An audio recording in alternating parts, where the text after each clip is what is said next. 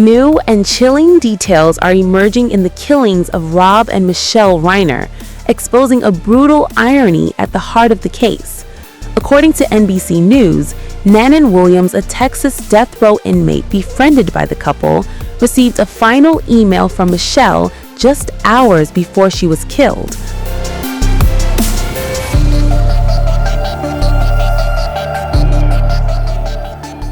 A message delayed by prison screening and read only days after her death. Williams told NBC News he learned about the Reiners murders while scrolling headlines on his state-issued tablet inside the W.F. Ramsey unit, a maximum security prison about 40 miles south of Houston. In shock, he immediately replied, writing, "Please tell me the news is lying." Williams has been incarcerated since age 17, charged with a murder he says he did not commit, spending his entire adult life behind bars. Yet over the past decade, he formed a family-like bond with Rob and Michele Reiner after they attended Lyrics from Lockdown, a spoken-word multimedia performance partially based on his writings. According to NBC News, the Reiners exchanged emails with Williams nearly every day. But in prison, messages can take hours, sometimes days, to clear security. Days after the killings, Williams received 3 emails from the couple.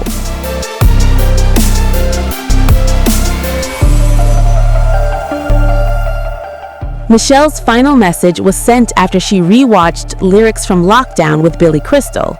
She wrote that Crystal was deeply moved, called the performance amazing, and added, "We all said that we can't wait to watch it with you. The contrast is stark. A man on death row, insisting on his innocence, mourning those who showed him compassion, while investigators allege Rob and Michele Reiner were brutally killed by their own son, turning a story of hope and human connection into one of devastating betrayal." Not only Nanon, friends and colleagues, including Chelsea Handler, have been mourning his tragic death. At the 2026 Critics' Choice Awards, Chelsea and Hollywood's elite chose to honor him, remembering the man many called the nicest guy in the business.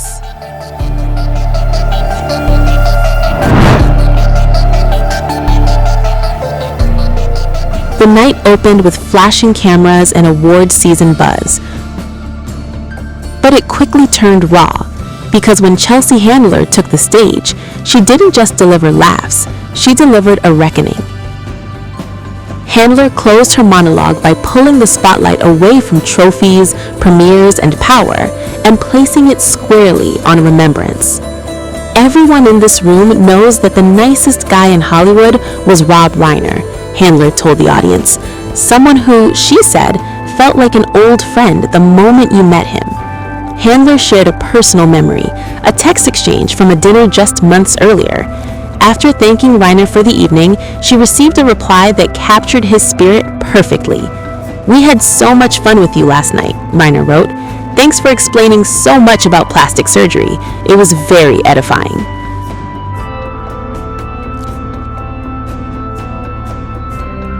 Laughter rippled through the room, and then silence returned.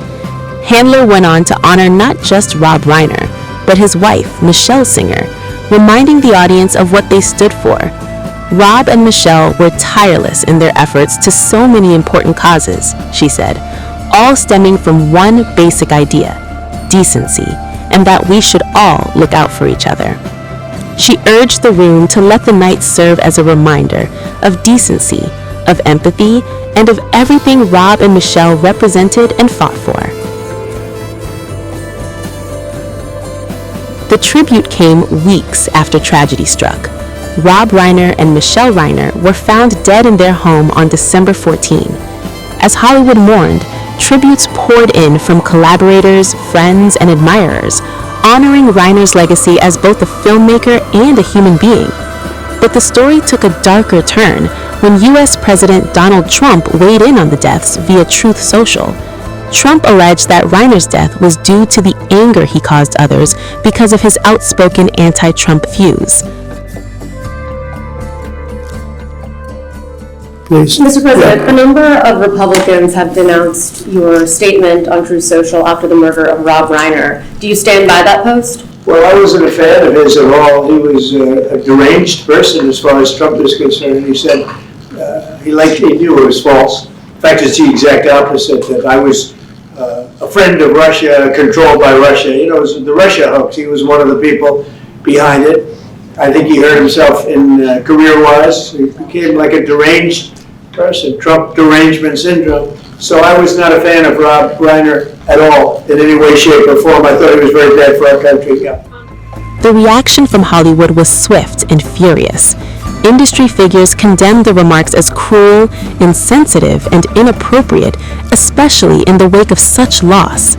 On a recent episode of his podcast featuring comedian Shane Gillis, Rogan reacted sharply to Trump's repeated attacks on Reiner after the director's death.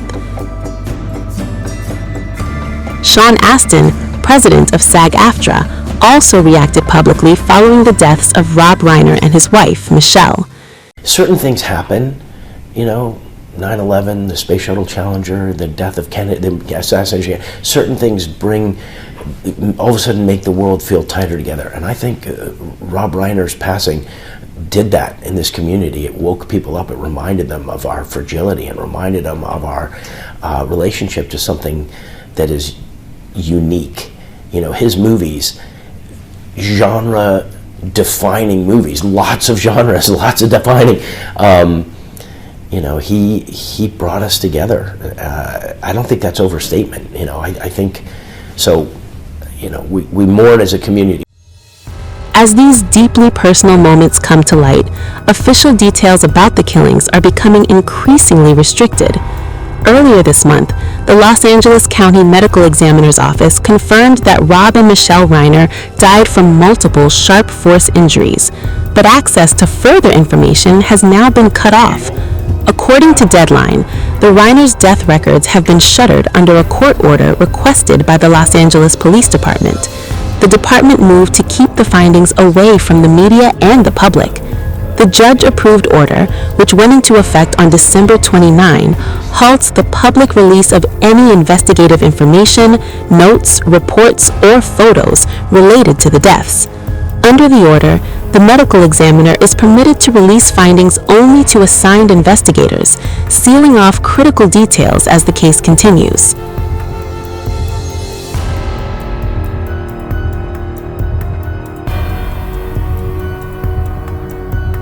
Within hours, their 32-year-old son, Nick Reiner, was arrested. Prosecutors allege Nick killed both of his parents. Nick Reiner has been charged with 2 counts of first-degree murder, including a special circumstance allegation. He is currently being held at the Twin Towers Correctional Facility in Los Angeles. Nick has already made his first court appearance, but did not enter a plea. At the request of his attorney, his arraignment was postponed until January 7th.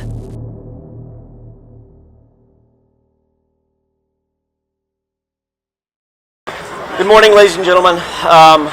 I just have a couple of quick words. First of all, and most importantly, this is a devastating tragedy that has befallen the Reiner family. We all recognize that. Our hearts go out to the entire Reiner family. There are very, very complex and serious issues that are associated with this case. These need to be thoroughly, but very carefully dealt with and examined and looked at and analyzed. We ask that during this process you allow the system to move forward in the way that it was designed to move forward, not with a rush to judgment, not with jumping to conclusions, but with restraint and with dignity and with the respect that this system and this process deserves and that the family deserves. So with that, we are set for January 7th for an arraignment. That's the next court date, and that's all I have to say at this point. There may be more at some other point, but today we're going to rest on where we stand procedurally, which is this was a continuance of an arraignment. Nothing happened today substantively. We'll be back for an arraignment in the same department on the 7th of January. We'll see you then.